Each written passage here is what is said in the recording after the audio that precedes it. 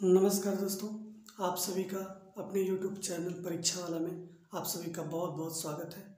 अगर आप चैनल पर नए हैं तो सब्सक्राइब करें और अगर आपको वीडियो पसंद आए तो उसे लाइक करें और शेयर भी करें।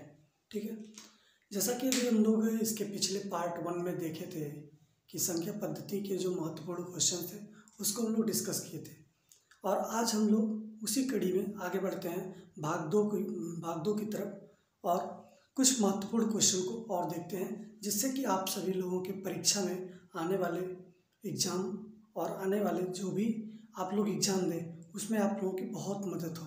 ठीक है, बाकी पॉलिनोमियल एक ऐसा चैप्टर है कि ये सभी परीक्षाओं के लिए भी इम्पॉर्टेंट माना जाता है और बेसिकली यह यूपी बोर्ड के क्लास 10th के लिए ये बहुत इम्पॉर्टेंट चैप्टर है। तो उसी कड़ी में हम लोग आज आगे बात करते हैं और आइए हम लोग क्वेश्चन की तरफ चलते हैं। संख्या 672 और 120 का अभाज्य गुणनखंड विधि द्वारा एचसीएफ और एलसीएम ज्ञात कीजिए। ये परीक्षा यूपी बोर्ड की परीक्षा 2019 में ये क्वेश्चन आया हुआ है। ठीक है, ये बहुत ही इम्पोर्टेंट क्वेश्चन है। ये इम्पोर्टेंट क्वेश्चन इसलिए हो जा रहा है क्योंकि ये 2019 में आया है तो 2023 में इसके आने की संभावना बहुत ही बढ़ जाती है। ठीक है, आइए हम लोग देखते हैं इसके हल को। यानी कि 6 का अगर हम लोग अभाज्य गुणनखंड करें, 6 का अभाज्य गुणनखंड करेंगे तो इसका 2 × 3 होगा, यानी कि 3 × 6। ठीक है, उसी तरह से हम लोग 72 का कर लेते हैं। 72 का अभाज्य गुणनखंड निकालने के लिए हम लोग 72 को फैक्टर कर लेते हैं। इस तरह से गुणनखंड करेंगे 2 2 3 6 2 6 12 2 18 2 9 36 2 9 18 3 3 9 3 1 3, यानी कि यहाँ पर देखिए कितनी घात हो जाएगी 1 2 3 2 की घात 3 गुणे 3 की घात 2, यानी कि हम लोग इसको इस तरह से लिख सकते हैं। तीसरा हमारे पास है 120। 120 को हम लोग सॉल्व करते हैं। 120 के गुणनखंड को हम लोग करने के लिए यहाँ पे 120 का गुणनखंड करेंगे। 2 6 12 2 30 2 1 2 2 5 10 3 5 15 5 1 5, यानी कि 2 की घात को हम लोग लिखा जाए तो 2 की घात 1 2 3 2 की घात 3 हो जाएगी गुणे 3 की घात 1 3 की घात 1 और 5 की घात 1। ये तो हमारा अभाज्य गुणनखंड हो गया। ठीक है, अब हम लोग इसके एचसीएफ को देखते हैं कि इसका एचसीएफ कैसे निकाला जाएगा। एचसीएफ के लिए हम लोग देखते हैं कि जो भी उभयनिष्ठ अभाज्य गुणनखंड होगा और सबसे छोटी घात वाला होगा वही इसका क्या होगा, एचसीएफ होगा। ठीक है, यानी कि यहाँ पर देखिए 2 है और यहाँ पर भी 2 है। सबसे छोटी घात कौन सी है, 2 की पावर 1 है और यहाँ पर 2 की पावर 3 और 2 की पावर 3 क्या है, सबसे बड़ी घात है। यानी कि सबसे छोटी घात कौन सी मिली हमको, 2 की घात 1 और 3 की घात 1 सबसे छोटी यहाँ पर है और यहाँ पर भी और यहाँ पर 3 की घात 2 है। तो हम लोग यहाँ पे 3 की घात 1 ले लेते हैं, यानी कि 2 की घात 1 और 3 की घात 1 अभाज्य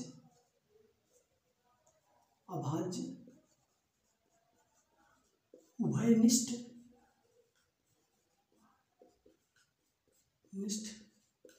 गुणनखंड की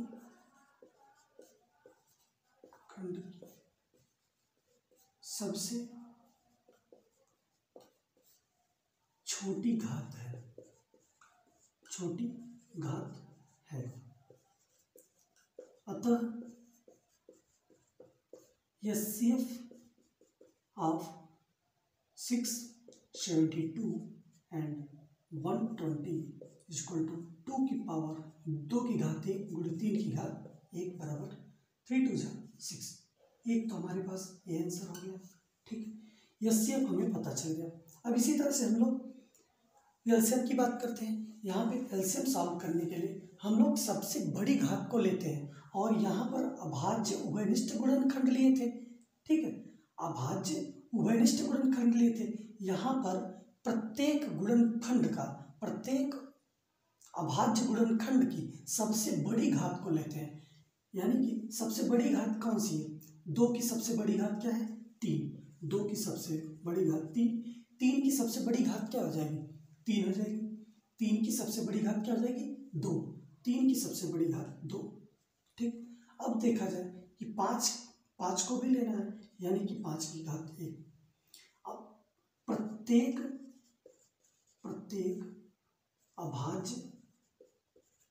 अभाज्य गुणनखंड का कि सबसे बड़ी घात, क्या सबसे बड़ी घात लेते हैं, क्या लेते हैं सबसे बड़ी घात है। ठीक, अतः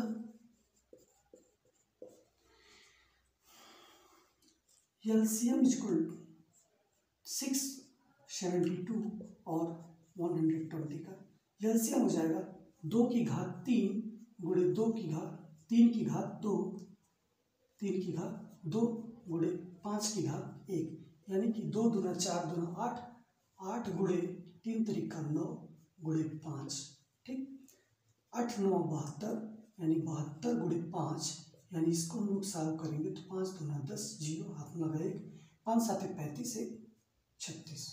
ठीक, यानी कि 360 आ जाएगा क्या इसका एलसीएम आ जाएगा 6 72 120 का एलसीएम आ जाएगा 360। ठीक, यही क्या हो जाएगा आंसर हो जाएगा। ठीक, और एक आंसर हम लोग निकाल चुके हैं। आइए, अगर आप लोग इस क्वेश्चन का स्क्रीनशॉट लेना चाहते हैं तो स्क्रीनशॉट ले लीजिए।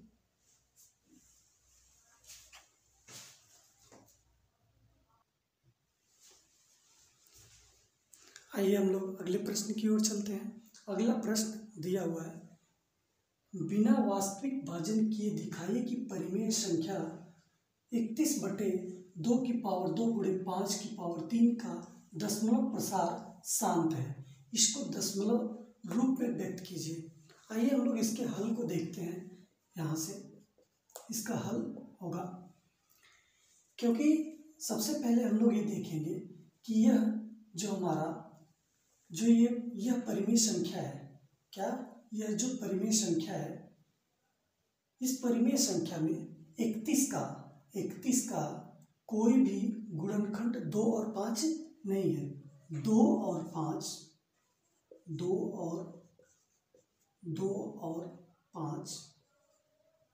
स्पष्ट रूप से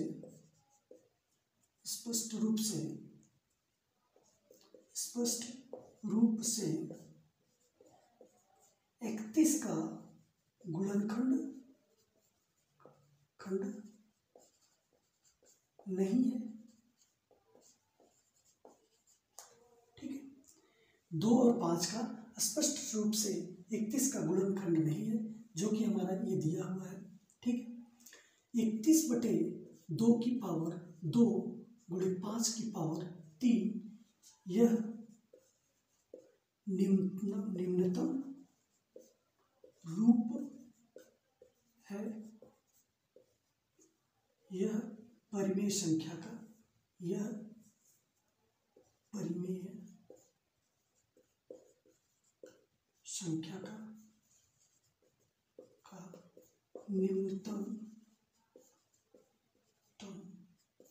रूप है।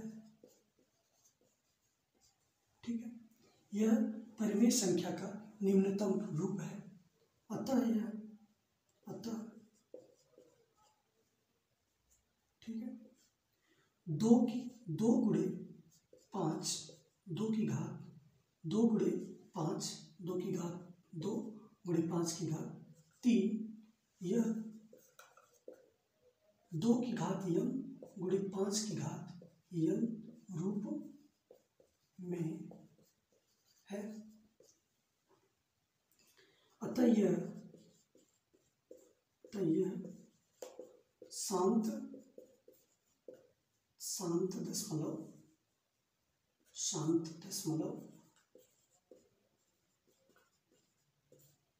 है। ठीक है, यह शांत दशमलव है।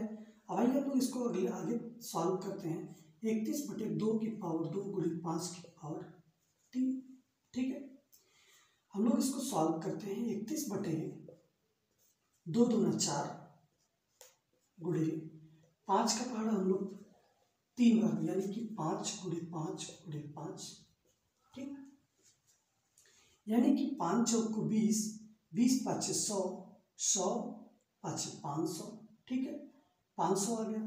अगर हम लोग इसमें अगर 2 से मल्टीप्लाई कर दें, क्या कर दें, अगर 2 से मल्टीप्लाई कर दें और 2 से डिवाइड कर दें, तो यहाँ से ये मिलेगा हमको 31 दूना 62, यानी कि 62 मिल गया। अब इसको हम लोग सॉल्व करेंगे। 2 पाँच 10, 10 पचे 50, 50 पाँच 250, 250 चौक को 1000, यानी कि 1000। अब यहाँ से इसको हम लोग डेसिमल को सॉल्व करेंगे। 3 जीरो है, यानी कि डेसिमल 3 डिजिट के बाद लगेगा राइट साइड से, यानी कि दाहिने से 3 अंक के बाद दशमलव लगेगा, यानी कि 62 तो 2 डिजिट हो गया, 2 अंक हो गया, और एक जीरो लगा लेंगे, ठीक। फिर उसके बाद दशमलव लगा देंगे। यही इसका क्या होगा, आंसर होगा। आप सभी लोग स्क्रीनशॉट ले लें ताकि आप लोग आगे बाद में इसको रिवाइज कर सकें।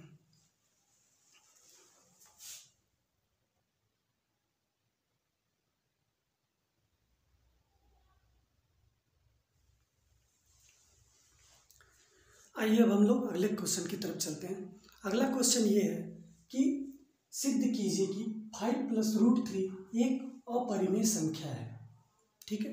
5 + √3 एक अपरिमेय संख्या है, ठीक है।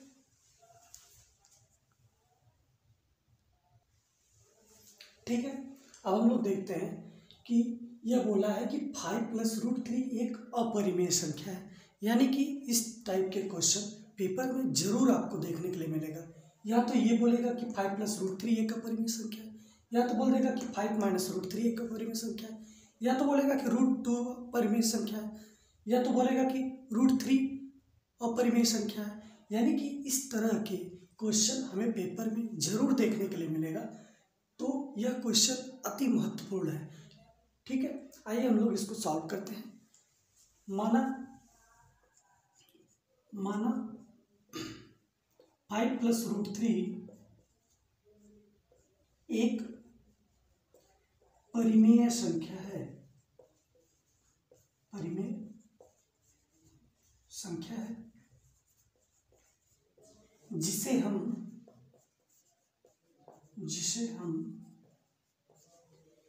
a/b के रूप में लिख सकते हैं, a/b के रूप में लिख सकते हैं।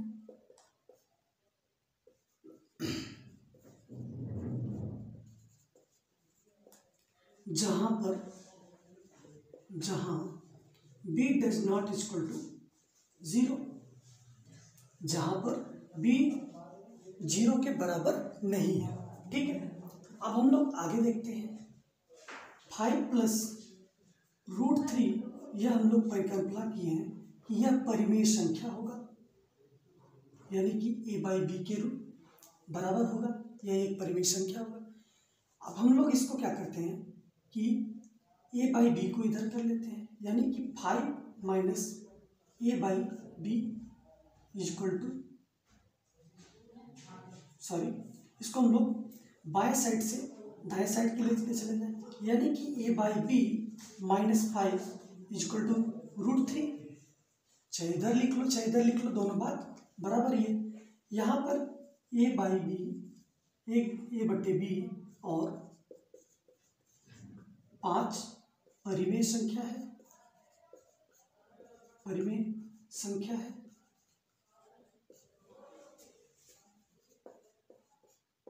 अतः इनका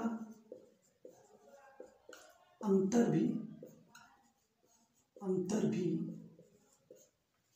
परिमेय संख्या आना चाहिए, संख्या आना चाहिए। लेकिन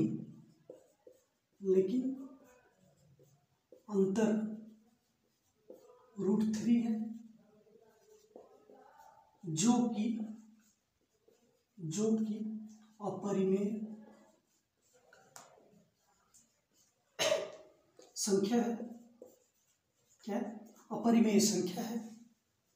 ठीक है, अब यहाँ से हम लोग एक चीज देखते हैं कि a/b और 5 परिमेय संख्या है, लेकिन इसका अंतर भी परिमेय संख्या आना चाहिए, लेकिन इसका अंतर परिमेय संख्या नहीं आ रहा है। परिमेय संख्या न आकर के इसका अंतर करड़ी में 3 है, अतः यह अपरिमेय संख्या करड़ी में 3 आ रही है।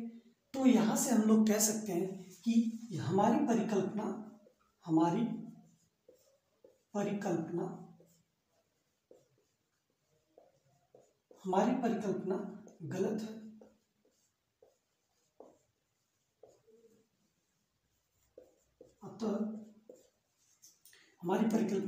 गलत है। अतः 5 + √3 एक अपरिमेय संख्या है। ठीक है, 5 + √3 एक अपरिमेय संख्या है। प्रूव। ठीक है, अब यही हमारा क्या हुआ, इति सिद्धम। कुछ भी लिख लिया जाए, यहाँ पे हम लोग लिखते हैं इति सिद्धम। क्या, इति सिद्धम। ठीक है, यानी कि इस प्रकार यह सिद्ध हुआ। आप लोग इसका स्क्रीनशॉट ले लें, जिससे कि आप लोग आराम से इसको दोबारा भी देख लें। अगर आप लोगों को वीडियो अच्छी लग रही हो, समझ में आया हो, तो आप वीडियो को शेयर भी करें और लाइक भी करें और चैनल को सब्सक्राइब भी करें।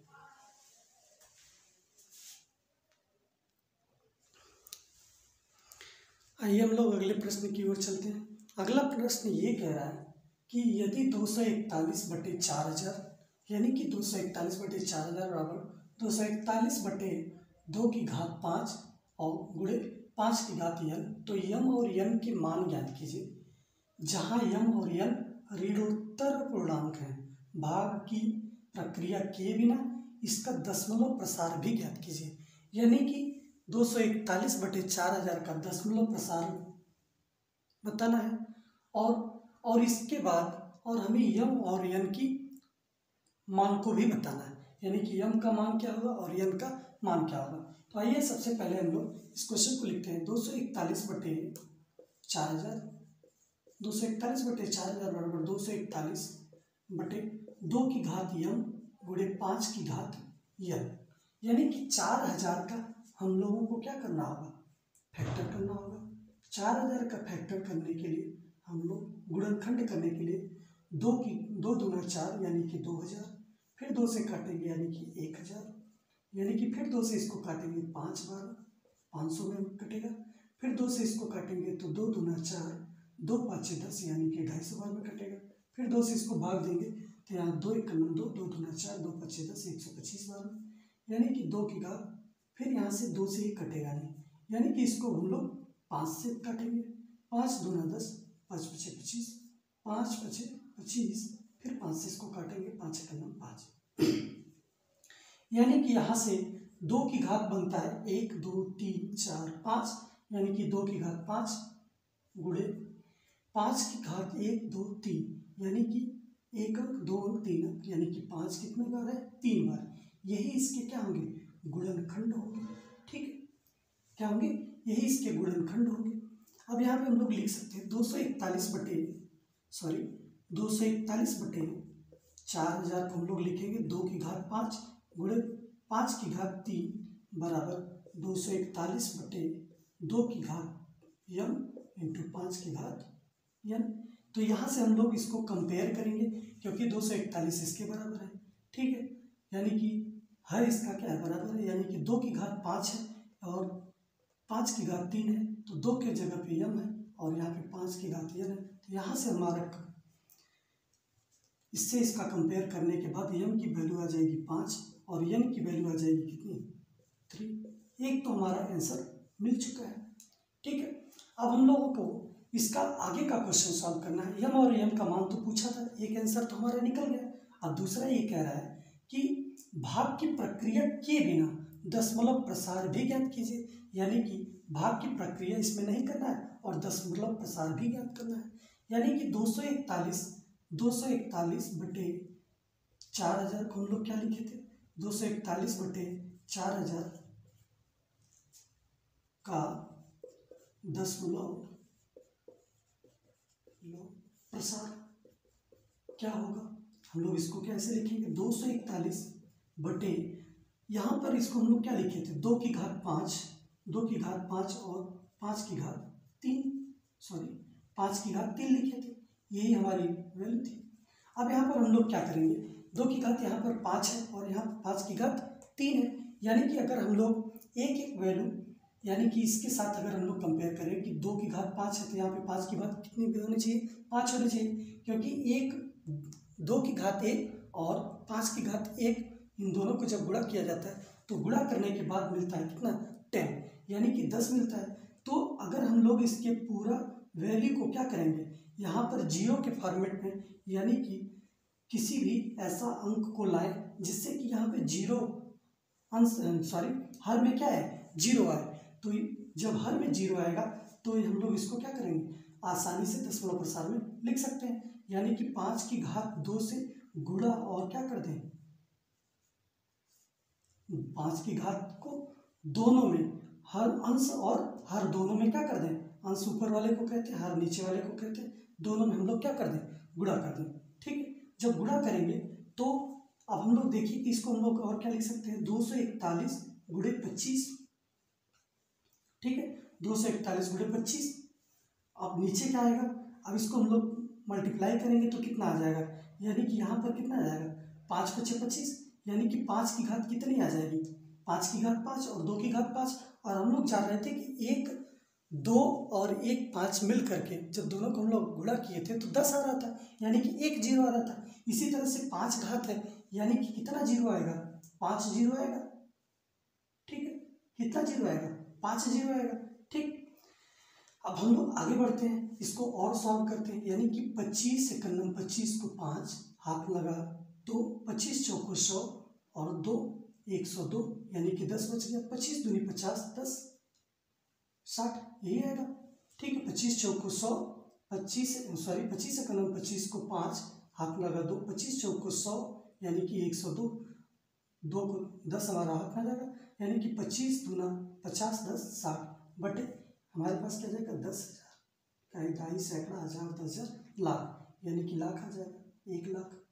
अब हम लोग देखते हैं, यहाँ से हमें एक चीज़ पता है कि जितना नंबर ऑफ जीरोज होता है हर में, उतना ही क्या करते हैं हम लोग, दशमलव लगाते हैं उतने ही अंक के बाद हर में, यानी कि हमारे पास 4 अंक तो है, 60 0 25 ये तो है, लेकिन यहाँ पे जीरो कितना है, 5, यानी कि 5 अंक के बाद ही क्या लगेगा, दशमलव लगेगा। तो यहाँ पे हम लोग क्या करेंगे, ये जीरो लगा करके फिर उसके बाद दशमलव लगा देंगे, यही हमारा क्या होगा, आंसर होगा। ठीक है, यही हमारा क्या होगा, आंसर, यानी कि दूसरा भी क्वेश्चन हमारा, दूसरा भी पार्ट इसका क्या होगा, लग गया।